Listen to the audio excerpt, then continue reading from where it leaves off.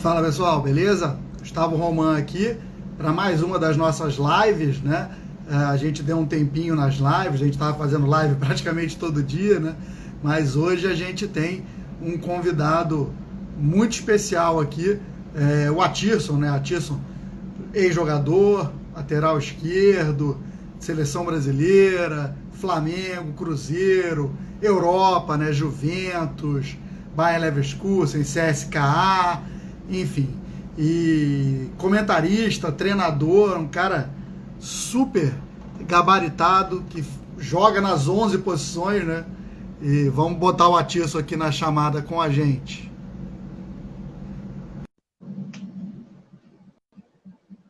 Pois é, Gabriel, porra, futebolzinho acabou, né, cara? Todo mundo com Covid. Fala, beleza, cara? Fala, Guga, beleza? Tranquilo, cara. Pô, obrigado aí, cara, pela ter aceitado o convite aí Que isso, e prazer fazer imenso, essa, pô. essa live aqui com a gente. Já tem um monte de pergunta, cara. Você foi o cara. Olha que eu fiz várias lives. Fiz lives com o Fernando Venturini, uma galera do esporte, bem, né? Cara, você foi o que bateu o recorde de perguntas Que antes. bom. Que Muito bom. legal, cara. Pessoal. Espero corresponder à altura essas perguntas aí. Não, com certeza vai, cara. Eu tava falando aqui que é um prazer ter você. Você foi um dos meus ídolos, né? Eu sou, antes de ser jornalista, né, esportivo, todo mundo tem um time, né? O Mauro Betti, que é Só não meu vai amigo, falar que ele você é fala. mais jovem que eu, né, cara? Por favor, né? Pois é, não vou falar isso não. Eu já tenho uma idade maior. Tô com 45, Atias, fazer 45 no final do ano. Da mesma idade. Eu tenho 2 a menos. Aí, então. Mas, pô, é muito legal, cara, porque a gente acompanhou no Maracanã, lá, o Atisson Lucas, né, falando que é seu fã, manda um salve aí pra ele. Obrigado, E, enfim, cara. Isso aí possivelmente o pai fez a homenagem. Fico muito agradecido, né, exato. cara? Hoje, E com eu as acho que redes isso não tem sociais. preço, né, cara?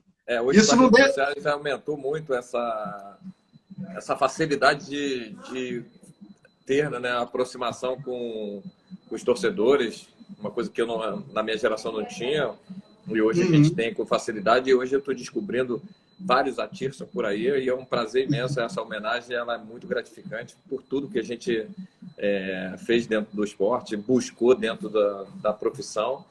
Isso é o reconhecimento do carinho, né, cara? Então é muita gratidão que eu tenho.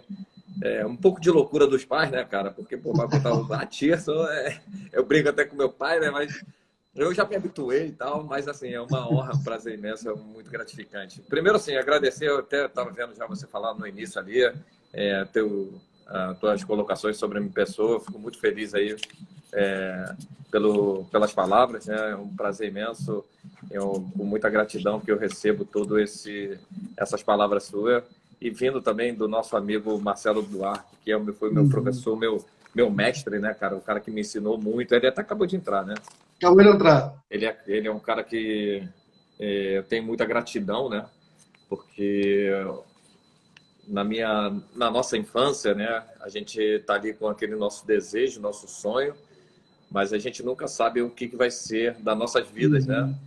E ali eles estão ensinando várias coisas dentro do esporte, mas em o complemento da formação do cidadão. Então, assim, Toninho Barroso, Paquetá, e Marcos do futsal, grandes outros caras que trabalharam nessa formação, que não é fácil, né? Você formar, porque a gente está nesse momento de dúvida, incerteza, mas de crescimento, de aprendizado, e que você ainda está ali no momento de aborrecente, porque você está ali naquela fase, né, de natural, que essa fase não é fácil, você está se transformando ainda, né? Então a gente amadureceu, eu amadureci muito, né? E tanto com aprendizado dentro do campo, mas também fora do campo, que é muita gratidão que eu tenho. Então, eu queria fazer essa menção ao nosso querido Marcelo Buarque, que eu tenho o maior respeito e carinho, né? E que daqui a pouco ele vai estar na live. Eu tô ligado nele, acho que eu não tô ligado nele, não. Eu tô ligado nele também. É isso, ele tinha me falado, ele ia entrar aqui para nos assistir, vai sair um pouquinho antes, que a gente fica 1 hora mais ou menos, para ele poder ir às 7 horas, 19 horas, ele tem a live dele. Marcelo é meu primo, né? Meu padrinho, né? Então, é família mesmo, é um cara sensacional mesmo. E, bom, cara, vamos começar a falar da sua história na base do Flamengo. Você veio da base do Flamengo. Você sobe em 96, correto? Com estreia no profissional? 95 eu subia, descia, 96 eu já ficava no profissional, isso. mas jogava nos juniores, treinava só no profissional. Uhum. Então, assim, 96 foi o momento realmente que eu subi de vez, mas não era, né, ficava raramente ali no banco, né? Subia, jogava e tal. 97 realmente foi o ano que eu joguei direto como titular, né? Isso. E aí, 97 é um ano do Flamengo que o Flamengo quase chega, né? Chega a final do Rio-São Paulo, perde a final do Rio-São Paulo, chega a final da Copa do Brasil, que eu estava no Maracanã lá contra o Grêmio, também perde a final. E, bom, como é que foi esse início da sua carreira, né, no Flamengo? Quer dizer, você tinha em 96, se eu não me engano, se eu estiver enganado, você me corrige, mas pelo que eu puxei da memória aqui, era o Gilberto, né, o irmão do Nélio, que era o lateral esquerdo titular, que era um baita de um jogador, Copa do Mundo. Como é que foi esse início de carreira no profissional ali no Flamengo?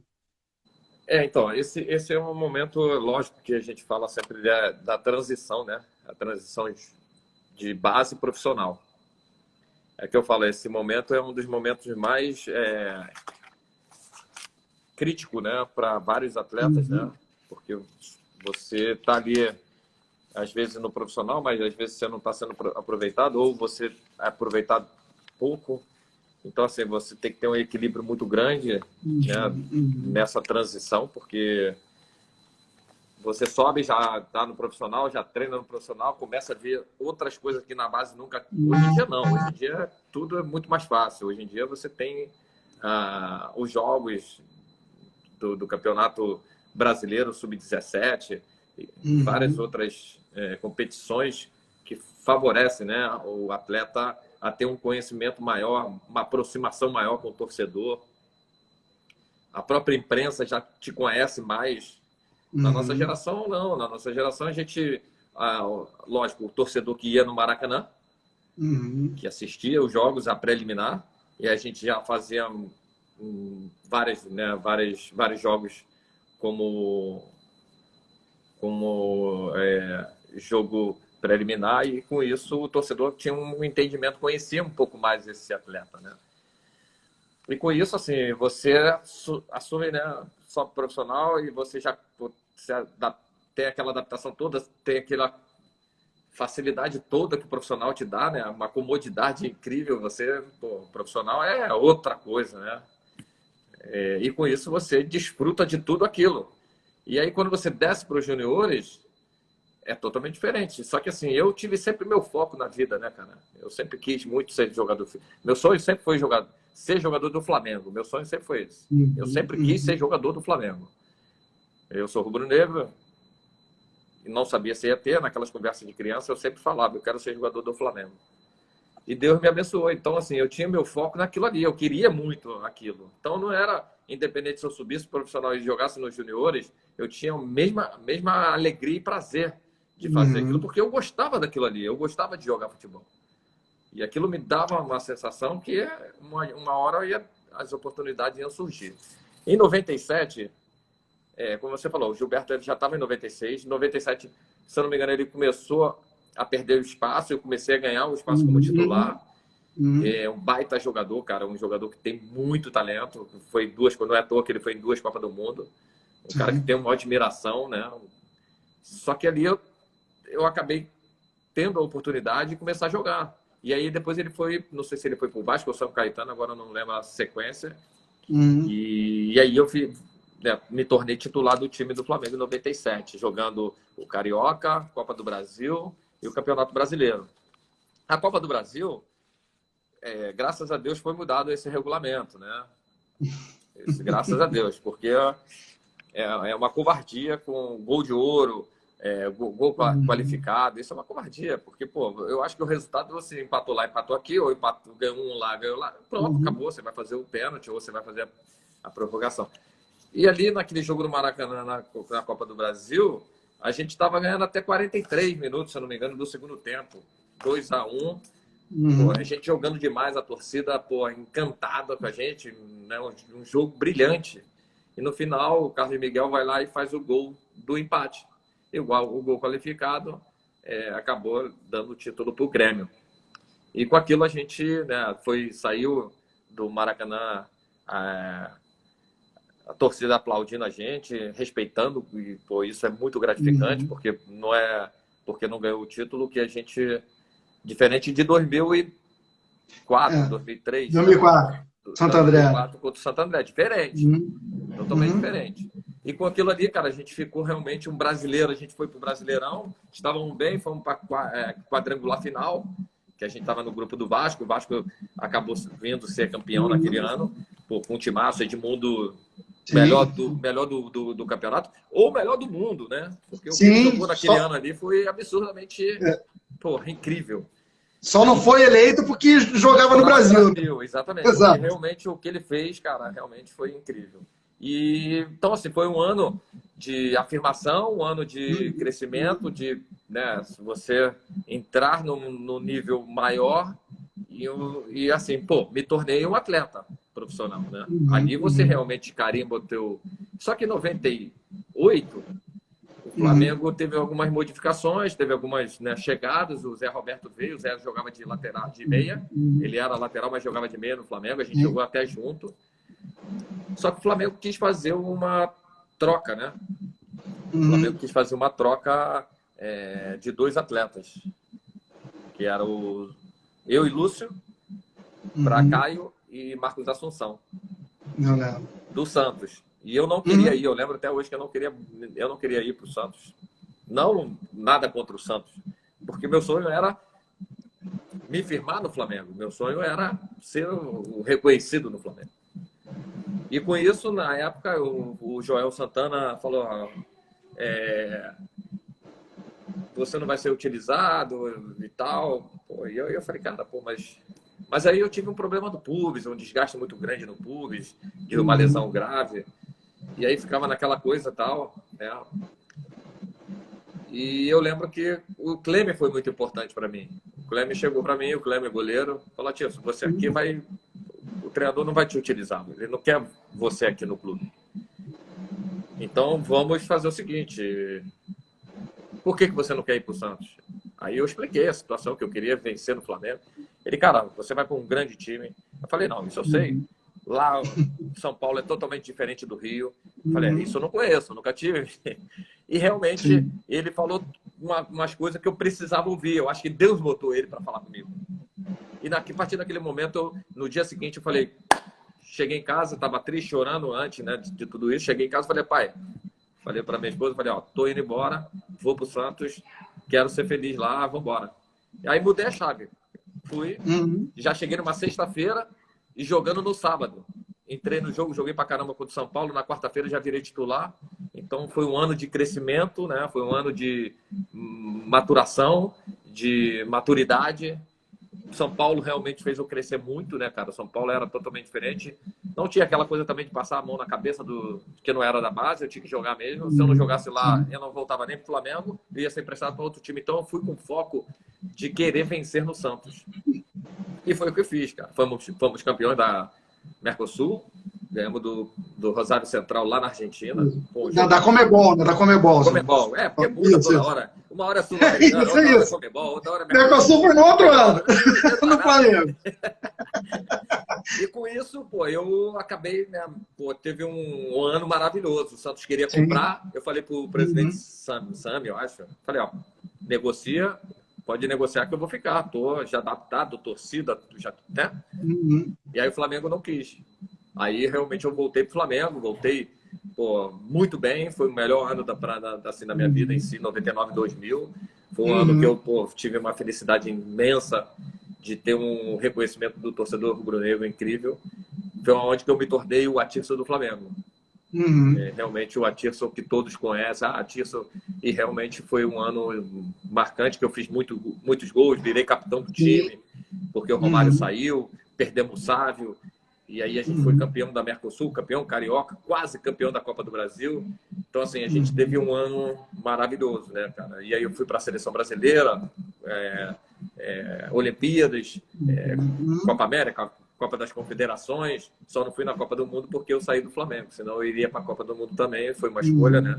Que quando eu fui para a Juventus, eu acabei perdendo a oportunidade. Então, assim, foi uma trajetória de início que às vezes eu falo, é importante às vezes ter o sub-23. Por que é importante? Porque às vezes o jogador não está preparado para aquele momento de estar no profissional e ele está jogando no próprio clube, ele está aprendendo ali jogar às vezes com a cobrança do torcedor, da imprensa, que é natural, que é diferente você jogar sem pressão e jogar com pressão. E por isso que eu sou muito a favor, né, do sub-23, aspirante, o que for, porque você, às vezes, ao invés de ser emprestado, você está no próprio clube, você emprestado, você não pode pegar o jogador. Você, com o sub-23, você vê a evolução do atleta, pega lá, joga, bota ele para jogar. Por exemplo, Renier no Flamengo. O Renier subiu no profissional porque o Diego, acho que teve um problema de lesão, não tinha mais meia, naquele momento não tinha meia de ligação. O Flamengo perdeu ali aqueles homens de meia de ligação. Aí o que o Jesus fez? Pegou o jogador que estava ali, independente da idade dele, estava ali. Mas imagina se ele tivesse sido emprestado, ele não podia buscar aquele jogador. Então ele buscou o jogador no momento que o profissional precisava, encaixou muito bem, se adaptou, cresceu, evoluiu, foi embora agora, né? Beleza, graças a Deus. Então assim, mas imagina se ele tivesse sido emprestado, que eu conversei com o pai dele, tinha clubes de um nível menor querendo ele, não no Brasil, fora do Brasil. Eu falei para ele, eu falei mesmo, até hoje, lá no centro de treinamento do Flamengo, lá no Ninho do Urubu. Eu fui lá visitar e tal, encontrei com o pai, ficando batendo papo e tal. Ele falou assim, não, que meu filho já está tendo uma proposta para a Inglaterra. Eu falei, ó, segura, não é o momento dele ir. Primeiro ele tem que se firmar no Flamengo, primeiro ele tem que se jogar no Flamengo. A partir do momento que ele jogar no Flamengo, você vai ver que vai mudar a situação dele. Não porque eu sou vidente, nada disso, não. É porque, assim, a experiência nos traz, mais vezes, um olhar para um jogador que tem potencial. E aí ele correspondeu. Ele teve, aí mérito dele, que ele correspondeu no profissional. Ele foi lá e correspondeu e foi vendido. Né? Foi vendido rápido ou não, aí é questão da direção, aí eu não faço parte do clube financeiramente para falar. Mas em si, que eu sou muito a favor do jogador ser, né, ficar ali dentro do clube até uns 23 anos e fazer viagem, e aproveitar, fazer não tem sub-20 de brasileiro? Faz um sub-23. Não sei, cara, é questão de sentar e ver com todas todos os clubes em si, o que é possível fazer ou não, porque aí você perde vários talentos, cara. Você perde vários talentos nessa oportunidade. Então, assim, se você tem um momento de aproveitar, cara, eu acho que essa é melhor fazer o momento da fase que você tem que buscar o investimento que você fez no atleta. Que aí você assina um contrato com 16 anos, 15, 16 anos, você vai assinar 5 anos, vamos botar com 16. Pô, com 16, 21 anos ele está livre. O jogador vai também tanto livre ou querendo mostrar ou ainda não se maturou. Que hoje o Flamengo tem um elenco maravilhoso. Como é que um jogador da base vai chegar e vai tirar o lugar logo de um jogador que está ali, como o Gabigol, por exemplo? É difícil, pô. Vai demorar um pouco de tempo, né? Para ele entender aquele processo todo, para ele estar ali. Então, assim, às vezes... eu acho que era importante fazer esse sub-23 aí, né, com calendário anual, né, para que realmente aproveitasse, né, até sub-23 no caso, né. Essa seria uma ideia. É uma sugestão e, pô, mais do que vale. É o que eu sempre tenho falado. Eu tenho feito live com vários, não só jogadores ex-jogadores, jogadores de futebol, e os ex-atletas têm dado várias sugestões. É uma pena que não são muito ouvidos, né, cara, mas... Porra, eles viveram isso aí, eles têm experiência, têm a vivência e querem sempre o melhor para o esporte, para o clube, para quem quer que seja. Então, eu acho fundamental a gente aproveitar essa experiência que vocês têm. Cara, deixa eu falar aqui rapidinho, que tem a galera desesperada aí no chat, ali mandando mensagem. O Júlio Bombinha está falando, você já respondeu, falar a respeito da Copa do Mundo. Ele perguntou se faltou um pouco de marketing para você jogar a Copa do Mundo. Foi porque você foi para a Juventus, você já falou que foi para a Juventus.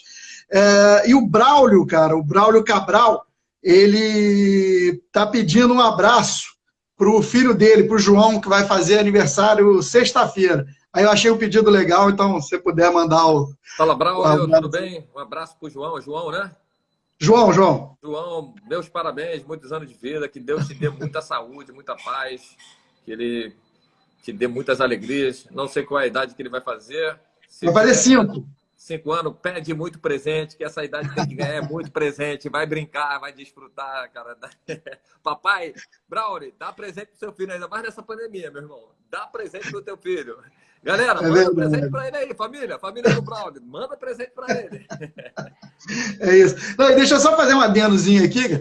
Galera, não dá para responder todo mundo que está mandando. A gente tenta, na medida do possível, enfim. Mas, não, infelizmente, não dá para responder todos os comentários. Não, o Atício não é mal educado, eu também não sou mal educado, mas não dá, gente. É um número muito grande, a gente não tem como ficar respondendo todo mundo, senão a gente não anda aqui na nossa live aqui. Atício, aí surgiu um monte de pergunta aqui, cara, falando da Olimpíada de 2000. É um assunto que eu vou ter que abordar com você aqui, que era um time do Brasil que era muito bom, né? Se você for olhar individualmente, era um time que era bom demais. E a maneira como aconteceu, assim, a pergunta é até sobre esse jogo especificamente contra Camarões. Eu já sei mais ou menos, conhecendo, a gente trabalhando um pouquinho no futebol, eu já sei mais ou menos, quer dizer, acho que eu sei qual vai ser a sua resposta por ali, mas não tem jeito, a galera pediu para perguntar, então eu tenho que fazer meu trabalho aqui. O que aconteceu naquele dia contra Camarões? Quer dizer, tirando o fato de que Camarões tinha 2 expulsos, usou a linha de impedimento, o Brasil caiu toda hora na linha de impedimento, se não me engano, foram mais de 20, né? Jogadores ficaram impedidos. E assim, eu vou até completar para te ajudar, ou talvez não, né? Mas eu acho que não tem muito como explicar o inexplicável, né, cara? Era um dia que, sei lá, não era para acontecer, né? Enfim. Na verdade, assim, o jogo em si, dentro dos 90 minutos, foi um jogo atípico, né? Um jogo que o Brasil normalmente propõe jogo, joga com posse, busca furar as linhas do adversário, né? Furar o bloqueio defensivo e tem dificuldade porque o adversário estava fazendo bem. E ele tinha a proposta de sair no contra-ataque em velocidade. Isso era a proposta do adversário.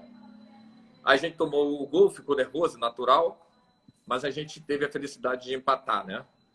Se eu não me engano, o gol do Ronaldinho de falta. Isso. E com isso, né, a gente ainda estava com aquela situação dentro do jogo. Vanderlei Luxemburgo tentou fazer algumas modificações dentro do jogo, natural, buscando desarmar o adversário. Aí, lógico que a escolha de cada treinador no melhor momento. O treinador está ali pensando várias coisas, né, cara? A pressão do jogo, o que eu posso fazer, pode dar certo, pode dar errado, natural. Só que, é o que eu falei no começo da live, né? Eu acho isso um pecado. O gol de ouro e o gol qualificado. Eu acho um pecado. Porque ele acaba favorecendo, às vezes, um momento inoportuno ou um momento único da vida. Foi o que aconteceu contra a gente. A gente em cima dele, lá em cima, jogando, buscando, lógico, a gente está com 2 jogadores a mais, eles fechadinho, com 2 linhas de 4, e aí a gente não conseguia furar o bloqueio em um contra-ataque, né? Num contra-ataque, eles foram lá e fizeram o gol. Só que, pô, o gol era de ouro. O gol de ouro significa o quê? Fez o gol, acaba o jogo, porra. Isso não vale pro futebol. Isso é muito... É contra os princípios de todo que você monta de estratégia. A estratégia deles era aquela, deu certo. Pô. Se a gente tivesse o tempo normal da prorrogação, pode ter certeza que a gente viraria, porque nosso time era muito bom. Era muito bom o nosso time. Só que aconteceu. Infelizmente, aconteceu. E aí a gente foi surpreendido. Se a gente soubesse, vamos levar para os pênaltis, então, com 2 jogadores a mais, mesmo assim, você não iria se expor da forma de buscar a vitória, né? Porque o Brasil, que eu penso, tem alguns clubes aqui no Brasil e a seleção brasileira, ela não aceita jogar de uma forma defensiva. Flamengo, por exemplo, ela não joga, Sim. ela não, o modelo de jogo desse clube, o modelo de jogo do Brasil, ele não se encaixa com jogar em transição, em jogar em contra-ataque, em jogar, como a gente fala, né, Reativamente. reativo. Não, não adianta, isso não adianta. Isso aí são características do teu país, é característica do seu clube. E ponto final. Se você chegar ali no Flamengo e propor o jogo dessa maneira, o torcedor vai vaiar. O torcedor vai vaiar porque ele tem uma geração todinha anterior que jogava propondo o jogo, gostando de jogar com a posse de bola, envolvendo o adversário, jogando futebol bonito. Em alguns momentos acontece você jogar reativo. Aconteceu com o Flamengo já. Lógico que acontece, porque o adversário está sendo superior. Mas isso não quer dizer que você tenha que jogar todo o jogo. Você está conseguindo jogar naquele jogo ali, porque não está conseguindo jogar nesse jogo, você modifica o teu método. E aí você consegue o resultado. Aconteceu com a gente, cara. A gente foi buscar o jogo, a gente foi buscar a vitória e tomou o contra-ataque, tomou o gol. Né? Uma pena que realmente era uma oportunidade de ganhar, que eu acho que a gente tinha muitas condições de ganhar aquele título das Olimpíadas, né? E acabou que ficou para trás aí essa oportunidade. O Marcelo que acho que definiu aí da melhor forma possível nos comentários que passou aí. Eu não vi, porque eu estava aqui empolgado na minha colocação. Fica tranquilo, você responde. O Pedrinho Jardel, nosso atacante matador, tal. Nossa, o cara fenômeno. Pois é. E o Pedrinho, eu ia falar comigo no Flamengo, que eu brinco com ele, que ele já chegou do tamanho que ele tem hoje. Ele chegou no Mirim com 1,60 m. É isso, Pedro? 1,60 m? 1,60 m. Ele chegou com 1,60 m lá no Flamengo e nunca mais saiu do 1,60 m. Tô resumindo. Ele era gato, pô. Pedrinho, tu era gato. Eu tenho esse problema também, cara. Não cresci muito, não. Tem mais ou menos isso aí também. 1,62, 63. Mas fala do Marcelo, que eu não vi o que ele falou. Então, o Marcelo falou, a explicação é a seguinte, é futebol, cara. A explicação mais simples é futebol. É o que ele falou ali, o treinador tem que tomar decisão, né? Sim. Isso aí faz parte. Sim. Isso aí não tem jeito. Até porque, assim, como eu falei, né? O Brasil e clubes brasileiros que jogam de uma maneira tem que buscar vitória. Se ele imagina, 2 jogadores a menos dos caras, e você não joga para buscar a vitória, não faz sentido. Então, mesmo que ganhasse o jogo nos pênaltis, né, Tício? Aí eu falo pelo outro lado, imprensa, e você tem essa experiência também, a gente vai falar daqui a pouquinho também sobre isso. Iam meter um ralho, né, no Luxemburgo e no time, né? Mesmo que ganhasse nos pênaltis com 2 jogadores a mais. Assim, eu acho que eu sou da opinião seguinte, né, cara? Eu, pelo menos, não sei se todos pensam dessa maneira. É o destino. O destino era aquele. O destino já está traçado nas nossas vidas. A gente estuda, a gente busca, qualifica, a gente faz tudo. Mas se não for da vontade de Deus o teu propósito, a tua vida, não adianta, não vai ser aquilo. Eu não sei o que Deus fez pra mim, que eu tô buscando coisa pra caralho. Tamo junto. Eu busco tudo. Você falou que eu jogo nas 11. Eu tô jogando até nas 22, cara, mas tô aí buscando. Aliás, o Geraldo, o Geraldo é um amigo meu que eu sei que tá assistindo aqui, já mandou um comentário. Ele tinha pergunta pra você, ele é lá do Piauí, cara. Ele tinha uma pergunta pra você sobre a época que você dirigiu. Então, porque o Helder acabou de entrar aqui, é meu amigo também lá do Piauí. É um prazer. Isso, galera que vê aí, pergunta. Cidade. Eu fiquei surpreso, porque você sai do Rio de Janeiro. Imagina, você vai para o Piauí, Teresina e tal. Você não tem noção de como que é, né, a cidade. Pô, sensacional, cara. Só tem que falar da cidade bem e as pessoas maravilhosas, né, cara? Que eu tive o prazer de. A única coisa ruim, 2 coisas ruins que tem lá: saneamento básico, que ainda é precário. E o calor, rapaz, o bichinho lá faz quente, hein? Rapaz! Pois é. Mas a gente faz a cerveja gelada, pô, aí compensa. Pronto. Imagino como é que é. Cara, outro assunto que eu tenho que abordar com você, que também a gente teve muitas perguntas sobre, eu estou tentando fazer um combo que a gente, infelizmente, tem 1 hora só, e eu não vou tomar mais do seu tempo do que isso. Mas, Juventus na Itália, o que aconteceu lá na Juventus? Até o Geraldo foi um dos que mandou pergunta lá, enfim, teve uma outra galera. Como é que foi sua passagem pela Juventus? O que aconteceu? O Vá tá aí. O Vá, agora que eu vi, cara. O Vá tá aí. Agora que eu vi. O Vá. Chama ele. Tô aqui. Vai, segue a pergunta. Vou contar. Então, cara. o pessoal queria saber que aconteceu lá na Itália, na Juventus, na sua É, passagem? então, cara, na Juventus poucas as pessoas sabem, né? Poucas as pessoas Uhum, sabem. Eu, na verdade, eu saí do Brasil em janeiro de 2001. Saí em uhum, janeiro de 2001. Naquela época, eu saía com calor de 45 graus. Cheguei lá na uhum, Juventus com menos 10 graus. sim. 50 graus de mudança de temperatura. Beleza, né? Você chega lá, você vai... Comecei a treinar. Fiz os exames, fiz tudo. Comecei a treinar. E aí, todo dia no treino, eu treinava, ia para casa, minha esposa estava grávida. Pô, eu chegava lá, cara, muito cansado.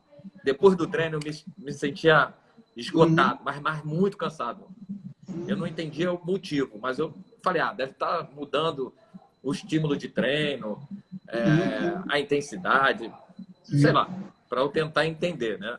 Uhum, E aí, uma semana, 2 semanas, 3 semanas, 10 dias, 20 dias. Aí um dia eu tô brincando com minha esposa lá, tal, no quarto. Meu pai tava com a gente lá. Eu, eu me sentia muito cansado e, pô, brincando, fiquei todo roxo. O meu corpo ficou todo roxo. E aí eu falei, cara, não é normal, né? Pinta roxa, sabe? E eu já uhum, tive uma queda de plaqueta, né?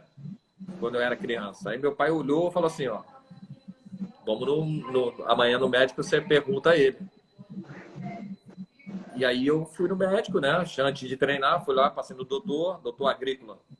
Aí eu olhei, não sabia falar italiano ainda, eu falei, doutor, qual é o problema? Ele olhou tudo roxo, ele falou, vamos fazer exame. Pegou o exame de sangue na hora lá, que os Juventus tinham tudo na hora, isso aí em 2001, né? uhum, Na hora pegou os exames, tum. A plaqueta estava 5.000. A nossa plaqueta, normalmente, é 100.000 para cima. uhum. Para você ser um atleta e tudo, tem que ser de 100.000 para cima para você. Porque eu não sei, cara, eu não sou médico, não. Então, é isso. É isso que eles falaram. Por aí. É por 100 aí. mil. Só que minha plaqueta estava 5.000. Então, por isso que estava muito, Uhum, muito cansado. Só que por que está 5.000? Tem algum fato dentro de você uhum, que você. uhum, E eles imaginaram o quê? Leucemia. Ele falou: vai direto para o hospital do câncer. Vai fazer o uhum, exame, vai fazer tudo. E eu lembro quando eu cheguei lá no hospital, o doutor olhou para mim e falou: você pode tirar da medula daqui ou das costas, né? Do cóccix aqui. Falei pro sim. doutor, falei, eu quero tirar daqui, que eu quero ver. Aí botou aqui a agulha, botou uma agulha gigantesca para chegar no Uhum, osso lá e puxar, e pô, tirou. Pô, e aí eu me senti, né, falei, cara, e tristeza batendo no teu corpo, né? Porque você uhum, tá ali com um problema que você não sabe o que é, pode ser uma leucemia ou não. E naquele momento, a doutora chegou, fez o exame, 45, uma hora depois, voltou e falou, ó, não é leucemia. Eu falei, graças a Deus. O que é? uhum, uhum, Ele falando, não sei. Não sei. Aí eu fiquei desesperado. uhum, Fui internado no hospital particular, que a Juventus me botou. Fiquei internado lá por volta de 20 dias. Tomei remédio para a plaqueta chegou a 300.000, né? Aí eu falei, sou super-homem, agora eu tô, porra, potente, agora eu tô bem demais. Mas com o medicamento. Com o uhum, medicamento. E aí, quando tirou o medicamento, a plaqueta começou a descer. uhum, Desceu, desceu, desceu, desceu. Ficou 90, 100, 110, 90, 100, 110. E aí minha cabeça tava louca, né, cara? Não é, uhum, graças a Deus, não era leucemia, mas eu não sabia o que eu tinha. E eles não sabiam uhum. o que eu tinha. E aí minha plaqueta ficou nesse nível aí. E eu só podia jogar, o médico estipulou isso. Por isso que eu falo que tinha que ser acima de 100.000. O médico falava para mim, toda sexta-feira, ou véspera de jogo, que a gente jogava Champions, né? Jogava na quarta, então segunda-feira eu tinha que fazer exame quando tinha jogo no meio de semana, ou sexta-feira eu tinha que fazer exame, porque o exame dava na hora, exame de sangue. Uhum. Aí eu ia para a clínica, tirava o exame, 100.000, posso ir para o jogo. 90.000, ficava em casa. Pô, minha cabeça não tava mais para ali, né, cara? Minha cabeça não Uhum. tava ali para Sim, jogar futebol. Porque eu não sabia o que eu tinha. claro. E aí eu fiquei 6 meses sem saber o que eu tinha. Só que mesmo assim, mesmo doente, mesmo debilitado, o Ancelotti, Carlos Ancelotti, ele gostava muito de mim, cara. Ele me utilizava muito por dentro, né? Como meia. Ele gostava muito de mim. Então, ele me botava sempre para jogar. Logo, não como titular sempre, mas me utilizava ali. Eu não estava jogando no meu melhor nível, não. Estava muito abaixo, porque eu estava debilitado. Mas mesmo assim, o Ancelotti me utilizava. E aí, às vezes, ele queria me botar no lugar do Zidane. Aí ele me chamava, eu ia entrar, Zidane. Eu falei, não, Zidane você deixa, eu quero jogar com ele. Tem certeza, mas Zidane não. Zidane não, tu tá maluco? Aí, bom, resumindo, fiquei ali 6 meses, né? Voltei de férias, voltei para o Brasil, fui na hematologista aqui no Brasil, busquei os médicos, né, para eu saber o que eu tinha, fazer uma check-up geral para entender. Fiz todos os exames, fiz tudo. A doutora olhava, fez tudo. Olhou lá naquele microscópio, pegou os exames de sangue, fez tudo, cara. Tudo que você pode imaginar. Ele falou, tia, não tem explicação.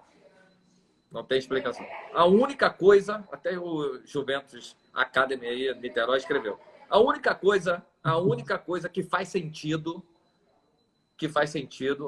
é que você saiu do Brasil com uma dengue hemorrágica. Porque não tem outra coisa. Tua saúde tá boa. É a única coisa que fez você baixar a tua plaqueta da forma que baixou. Só que eles lá não sabiam tratar. Eles lá te deram remédio que não era para dengue. Sim. E aí eu fiquei realmente aqueles 6 meses sem poder... Aí eu tive uma infelicidade, né? Aí, pô, vou ser sincero, aí eu não sei se o Ronaldo Fenômeno fez alguma coisa ou não com o Marcelo Lippi. O Marcelo Lippi, quando saiu da Internacional de Milão e chegou na Juventus, ele chegou com uma... Ele viu, quem é brasileiro? Eu falei, senhor, e eu sou no brasileiro, eu sou no brasileiro. Aí ele falou assim, opa, então você não vai jogar nunca comigo. Rapaz, ele não me botou para jogar de jeito nenhum, cara. E os jogadores lá, que, pô, gostavam de mim pra caramba, eles falavam, pô, tia, você tá bem, diferente do outro, né, no final do ano. Você tá muito bem, você merece uma chance, você tá aí, cara. Não entendemos porque o Lipe não te usa. E aí, cara, eu fiquei mais 6 meses ali, 8 meses sem jogar. Aí eu falei, cara, eu vou tentar ir pra Copa do Mundo. Voltei pro Flamengo em 2002. E aí fui o melhor jogador do Brasileirão, bola de prata. Ganhou a bola de prata, né, eu no placar. não consegui ir para a Copa do Mundo porque já estava ali muito em cima. Entendo também a decisão do treinador, né, do Filipão. Mas foi isso. Então, assim, na Juventus esse problema acabou me prejudicando muito, né? E, bom... E aí, quando eu voltei para a Juventus, que eu era para voltar para a Juventus, eu tive, né, saí do Flamengo com a lesão no joelho, né, aquela lesão que eu não conseguia, tendinite patelar. Tive uma tendinite patelar. Quando eu cheguei lá, eles olharam e falaram, você tem que operar, pô, vai demorar mais ou menos, o Trezeguet teve aqui uma dessa aí, se operando pode demorar 6 meses, a 8 meses, e se não operar pode demorar um pouco mais ou não, então você tinha mais 1 ano e meio de contrato, aí ele falou, não, então vamos fazer um acordo. Aí acabei fazendo um acordo, me arrependo, né? Me arrependo, não era para ter feito um acordo, era para ter ficado lá. Mas eu sempre quis muito o lado da minha vida para frente, eu nunca quis me aproveitar de clube nenhum, nunca quis isso na minha vida. Se eu não me sentisse que eu não era utilizado, eu queria... sair para não prejudicar, como aconteceu no Bragantino, né? Quando final de carreira que o presidente me chamou para lá, falou para o Matisson, te quero aqui e tal, fui, fiquei 3 dias, falei, presidente, eu não tenho mais cabeça para jogar, não quero mais jogar. Ele me deu dinheiro na mão, porque tinha a fama de não pagar, e eu exigi o dinheiro na mão. Ele me deu dinheiro, tava o pacote na minha mala, falei, presidente, tá aqui o dinheiro de volta, muito obrigado, eu não quero mais jogar futebol. Aí parei de jogar futebol em 2011, né? Em 2010 eu parei, não joguei mais. Então, assim, eu penso dessa maneira, assim, sempre fui, nunca me aprendi a dinheiro, eu sempre joguei por paixão. Sempre joguei por paixão. Lógico que se eu pensasse um pouco mais na vida financeira, hoje eu estaria melhor. Mas também aí a gestão, né? Gestão de carreira, gestão, isso faz uma diferença enorme para os atletas. Eu acho que atleta... Se tem um gestor de carreira, gestor desportivo, ele vai te facilitar às vezes, um entendimento visionário, e com isso ele vai te facilitar, ele vai te botar os prós e os contras, como hoje a gente faz na nossa empresa, para que ele tome a decisão. Então, assim, eu não tive essa gestão de carreira em si, porque eu tive poucos empresários. O empresário que eu tive, que foi o Jorginho Bebeto, que seria ali, para mim, o resto da vida. O Jorginho não quis mais ser, quis ser treinador. O Bebeto foi para a política, resumindo, fiquei sozinho. Eu falei, pô, então agora ferrou. Então, mas é isso, assim, eu penso dessa maneira, né, cara? Não, claro. Bom, eu acho que é dessa forma, assim, nunca entrei na justiça contra o Flamengo, não entrei na justiça contra o Botafogo. Então, assim, eu penso, erradamente ou não, hoje eu me arrependo porque, assim, às vezes a gente tem que ter mais valor, né? As pessoas têm que dar mais valor e às vezes nós não temos esse valor da forma que eu gostaria, mas também compreendo algumas situações. Então, hoje eu me arrependo. Hoje. Sim. Hoje eu me arrependo, porque eu não entrei porque os clubes estavam em dívida, problemas financeiros. Eu falei, cara, vou deixar para lá e tal. E aí o clube hoje, o Flamengo, está uma potência, e quando a gente pensa em alguma coisa, e aí acaba não tendo o valor necessário dentro, né? Mas da nação rubro-negra, que é mais importante, do ser humano, do torcedor, eu sou muito grato, né? A tudo, né, cara? Então, assim, é um prazer imenso realmente ter esse reconhecimento, esse carinho todo, né? Apesar de hoje, né, a gestão hoje do clube do Flamengo está muito modificada, e a gente fica feliz por isso, né? E é muito legal ver esse carinho, essa preocupação, mas e a gente fica feliz aí pelo clube estar da forma que está hoje. Com certeza. Não, eu acho muito legal esse seu depoimento, Atiço, porque assim, as pessoas que falam hoje, e é uma coisa, a gente, imprensa, faz isso, a gente vai a fundo, a gente apura, né? Então, assim, eu já mais ou menos eu sabia da sua história, mas claro que eu deixei para você contar, né? Sair da sua boca. Mas as pessoas que não sabem, que viram lá que o Atiço jogou, sei lá, 5 jogos, enfim, estou inventando um número aqui, né? 2 anos de Juventus, acham, não, ele fracassou na Itália. O cara não jogou, porque não estava bem técnico. E não é, cara. Uma coisa que eu sempre repito aqui: atleta não é super-homem. Não é porque é atleta que o cara não tem problema em casa, físico, como você relatou aqui, de uma doença que, claro, que mexe com a cabeça de qualquer um. Imagina se não vai mexer com a cabeça de um atleta. Então, acho esses depoimentos, cara, são sensacionais para as pessoas pararem com esse rótulo. Não, é atleta, é super-homem. Tem que superar tudo. Não é assim, cara. Não é assim que a vida funciona. Então, ó, palmas para o seu depoimento, porque vai ajudando a desmistificar essas coisas em relação a atletas aí. Sensacional, cara. Você quer fazer um jabá aí, aproveitar e fazer um jabá da sua empresa, cara? Pode fazer aí, fica à vontade. Não, pô, tranquilo, não precisa não. Não, então beleza. Cara, vamos falar um pouquinho, a gente já está aqui nos últimos... Eu estou olhando ali para ver o tempo ali. Eu acho que faltam uns 15 minutos para a gente acabar, cara. Vamos falar um pouquinho da sua carreira de treinador, cara, e comentarista. Inclusive, a gente tem uma história... Você nem sabe disso, mas... E não é, evidentemente, culpa sua, não é... O problema não é contigo. Senão não estaria aqui fazendo. Mas na época que a Fox Sports lançou, você foi logo contratado, né? Como comentarista. E eu estava nessa briga aí também, né? Eu estava ainda voltando, o Mauro Betti tinha me indicado para ser comentarista lá. E eu recebi uma ligação, cara. Eu fiz um jogo lá de teste e tal. Isso é só uma história só para te contar, né? Não tem... Nada de... Não aguardo rancor nenhum, pelo amor de Deus. Mas os caras me ligaram de lá, eu até esqueci o nome da menina, ela me segue no Instagram agora, do Márcio Mouron, e a outra menina, eu não lembro o nome dela. E, cara, você fez um dos melhores testes aqui na Fox, mas você não tem pedigree para entrar aqui. Então a gente vai com o Rodrigo Bueno, que está vindo da ESPN, vem com a Tirson, que tem a galera do jogo do futebol, né, que todo mundo conhece, e você, se você quiser, o pessoal sabia que eu dava aula de tênis, falou, a gente dá comentarista de tênis para você. Aí, na época, eu ainda novo, né, mais novo, falei, não, cara, não quero não, porque eu queria trabalhar com futebol. Hoje em dia, exatamente o que você falou, me arrependo profundamente. Se me chamarem para comentar bola de gude, eu estou comentando. Mas, enfim, é só porque assim... Mas, então, O Paulinho entrou aí, o Paulinho parceiro, gente boa, meu irmão, amigaço. O Gotardo tá aí também. Um beijo, Wilson Gotardo. E fiz live com ele, sensacional. Ô, Gotardo, vou chegar mais perto. Tem uns negocinho branco pintando aqui, cara. Pô, Gotardo, o negócio tá ficando brabo, rapaz. Tem uns negócios aqui, ó. Tem uns fios, tô ficando careca. É porque de longe parece que tá tudo pretinho, entendeu? Mas não é não, o bicho tá pegando mesmo. Então, vamos lá. Você não teve a visão. Você não teve a visão. Sim. Você não teve a visão. Gestão ou não, ou alguém que poderia te orientar, sabe? Aí eu falo o seguinte, é tua culpa? Não, não é sua culpa não, cara. Sim.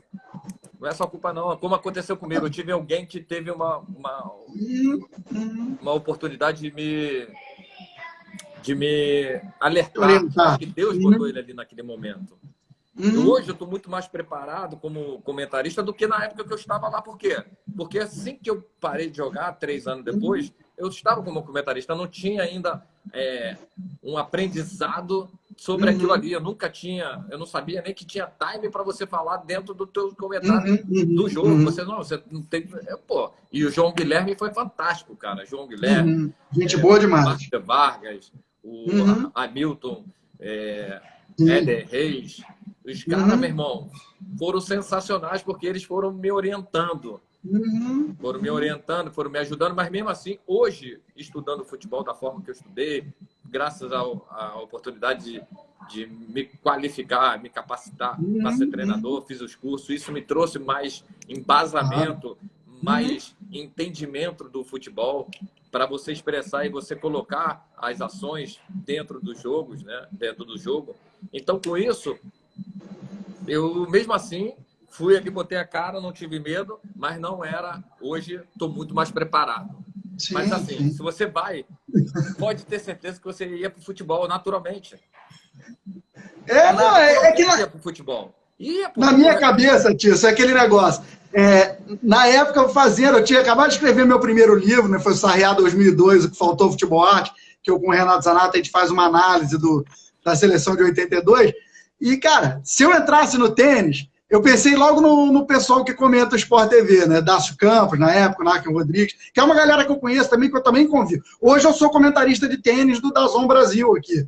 Eu trabalho, mas não trabalho só com tênis, faço futebol de vez em quando, já comentei até boxe, até boxe eu já comentei aqui. Enfim, porque eu sou um cara assisto tudo que tem. Mas na época, cara, e eu falei, cara, se eu entro no tênis, não saio do tênis mais. Então eu falei, vou tentar viver meu futebol.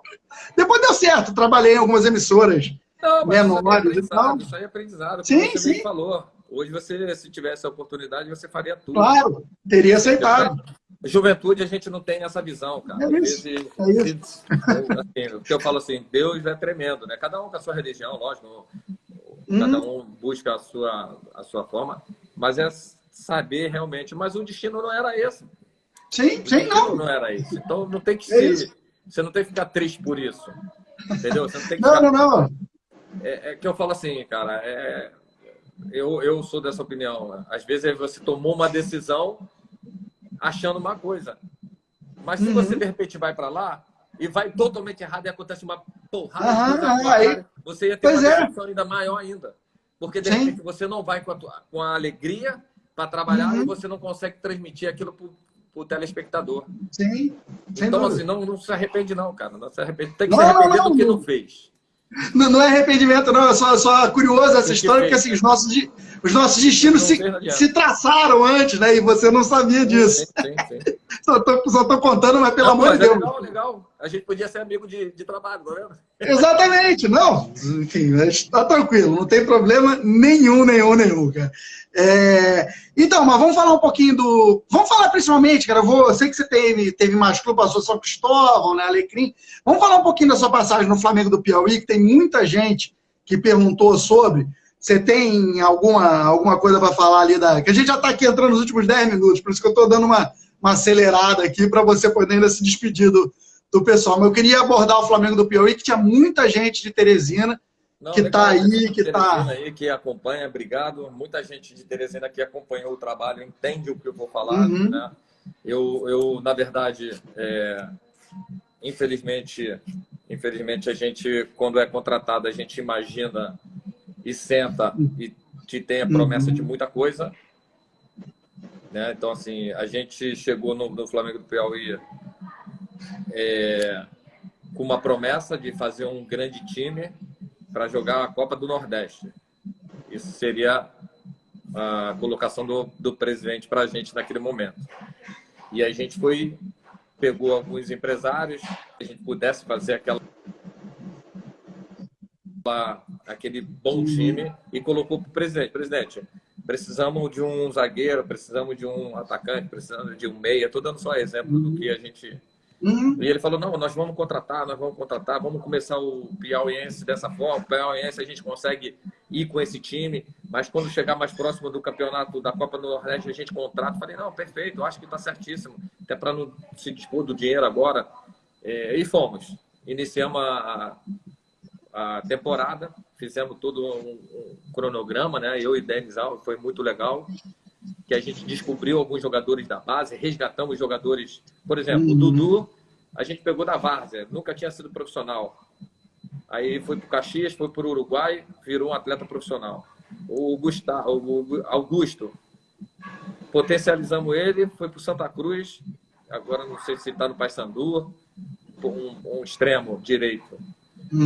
Everaldo, que teve no Fluminense, agora está no Corinthians. A gente conseguiu fazer com que esses jogadores tivessem uma oportunidade, né, para esses atletas. E fora o goleiro também, cara, esqueci o nome do Thiago, tá no Náutico, agora eu não lembro. Então, assim, a gente conseguiu fazer um trabalho dentro do que a gente tinha muito bom. Só que acontece algumas coisas que a gente não pode existir no futebol, infelizmente. No futebol não pode existir permuta. Você não pode ser um clube permutado, né, cara? Ninguém entende quando a gente fala isso, mas é você pedir favor ou você trocar alguns benefícios. Campo, academia, alimentação. Aí você só tem o salário para pagar, né?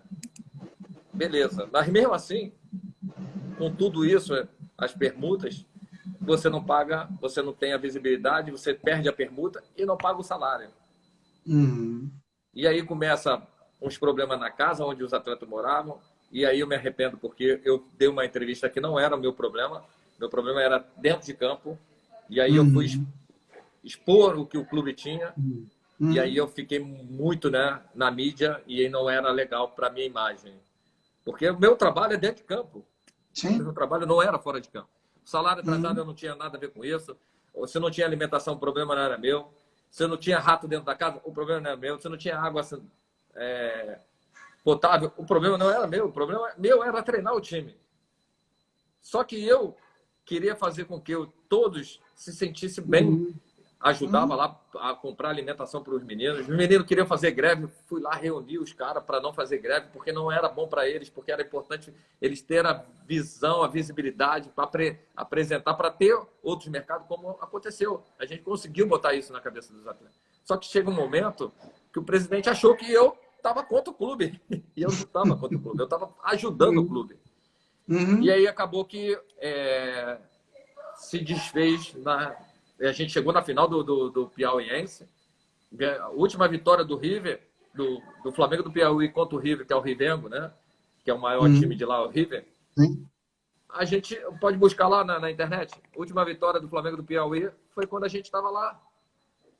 Então, assim, o trabalho foi muito bom. Aí na Copa do Nordeste a gente não teve o resultado realmente que a gente esperava, porque o nível técnico era muito mais baixo. Jogadores com 16 anos, jogadores que nunca tinham jogado, e acabou que não conseguimos fazer uma Copa do Nordeste, né, da forma que a gente gostaria. Então, assim, eu tenho muito respeito pelo povo do Piauí e carinho pelo povo de Teresina, mas profissionalmente o clube não nos deu realmente as condições que a gente precisava, e acabou que no estadual foi bom, mas na Copa do Nordeste, que é uma visão maior, né? Sim. Acabou não conseguindo ter o resultado que a gente gostaria. Ó, o Quessinho86 está pedindo para você mandar um alô para o Rio Grande do Norte. Tem muitos fãs seus aí, ó. Então já vamos Rio Grande do Norte, um aproveitar. abraço. Teve também aqui do de Porto Alegre, falou, pô, que pena que você não jogou no Inter de Porto Alegre, um abraço. Foi quase eu tive o prazer de jogar no Inter, quase foi, mas o Flamengo não liberou, então só ficou no quase. Não, isso é foi igual o Leandro, né? O Leandro, lateral do Flamengo, da década de 80, que quase foi para o Inter, né? Só não foi porque o médico vetou, né? Leandro, inclusive, deixa eu fazer uma propaganda rapidinho aqui. Março do ano que vem, estamos lançando finalmente a biografia dele. Eu escrevi a biografia do Leandro, tive esse prazer. Em março do ano que vem, finalmente vai sair essa biografia. Já está para sair desde 2015, mais ou menos, mas ainda não conseguimos sair. Agora parece que vai. Olha lá, manda um alô para o Reinaldo Cássia, de Minas Gerais. Abraço para o povo de Campina Grande. Campina Grande, na Paraíba. Antônio. Pois é, o pessoal está aqui só... Olha lá, a melhor lateral esquerda que eu vi jogar. Que honra, que isso. Que honra. Saudações. Deixa eu te perguntar uma coisa, cara. De quanta alegria é saber disso, né, cara? Que, pô, claro, grandes ídolos, né? Pô, você bota a geração do Flamengo, grandes ídolos que passaram e você marcar uma geração dessa, como você falar da geração do Zico, como foi a minha geração ali, e você ter referência como Júnior, Atílio, Andrade, Zico, e aí você, pô, marcar essa geração e se tornar o melhor lateral, que isso, é muito gratificante, que honra. Sem dúvida. Deixa eu te fazer uma pergunta rápida, cara, que eu tenho feito com todo mundo, com os ex-atletas. Eu não sei se você conhece esse meu lado. Eu sou colecionador também de jogos de futebol. Aqui tem mais de 16 mil jogos de futebol desde 1950. Você tem os jogos que você jogou? Ou não tem nada? Eu gravava, cara. Não sei se ainda tá lá, que era fita, né? Então, não sei. Sim, eu tenho hoje aqui, por isso que eu tô perguntando. Eu mandei jogo pro Meligeni, jogo de tênis. Eu mandei jogo pro o Gotardo, que pode mandar. Assim, meu pai gravou muitos jogos. Não sei se hoje eu consigo resgatar, porque é fita, né? Então... Sim. Bom, enfim, se você... Se tiver, pode mandar. Ou manda no DVD, a gente dá um jeito. Vai ser um prazer imenso. Não, eu mando para você. Eu tenho feito isso com todo mundo, com o Zenon, por exemplo, que a gente fez lá. Porque assim, é o que eu tenho feito, falado sempre. Vocês fizeram a história. Eu só tento preservá-la. Então, eu tenho muitos jogos aqui de seu jogando no Santos, Flamengo, enfim. No que tiver. Depois eu te mando. Quando eu pego o teu e-mail com você, te mando a lista, você escolhe o que você quer. Atílio, eu vou começar as despedidas aqui, cara. Eu vou começar por mim, porque o pessoal veio te ver, ninguém quis me ver aqui, né? Todo mundo te vê. Então, cara, obrigado a todo mundo que me aturou enquanto viu o Atílio aqui. Tá bom? Eu tentei não estragar o máximo possível aqui a live. Mas, pô, foi um prazeraço aqui. Eu sou torcedor do Flamengo, né? Como eu falei no início, o Mauro Betti tem aquela frase, você pode torcer, mesmo sendo imprensa, você não pode distorcer os fatos, né? Enfim. E uma pena que a gente só tem 1 hora, cara, que senão a gente falaria ainda mais aí, mas eu não quero te prender e, bom, a palavra é sua aí, pra você se despedir dos seus fãs. Legal. Aí, que tá todo mundo... Valeu, Guga, obrigado aí pelo carinho, pelas palavras, obrigado, Marcelo Buarque, pela oportunidade de fazer essa live. Vocês aí que participaram bastante, mandaram várias mensagens extraordinárias, né, cara? Para mim é uma satisfação imensa conseguir receber essa quantidade de mensagem e eu fico muito grato por tudo, né? Por todo o carinho. Então, um beijo no coração de todos. Fica com Deus a todos também, se cuidem, e que é importante agora nesse momento. Um beijo a todos e em breve aí a gente tenha outras oportunidades. Pena que é 1 hora realmente. Obrigado, Guga. Tamo junto. Valeu, Atílio. Obrigado. Vou entrar em contato contigo lá no WhatsApp só para pegar teu e-mail para mandar a lista. Show. Beijo a todos aí. Valeu, obrigado. Valeu, galera. Abraço. Obrigado, Atílio.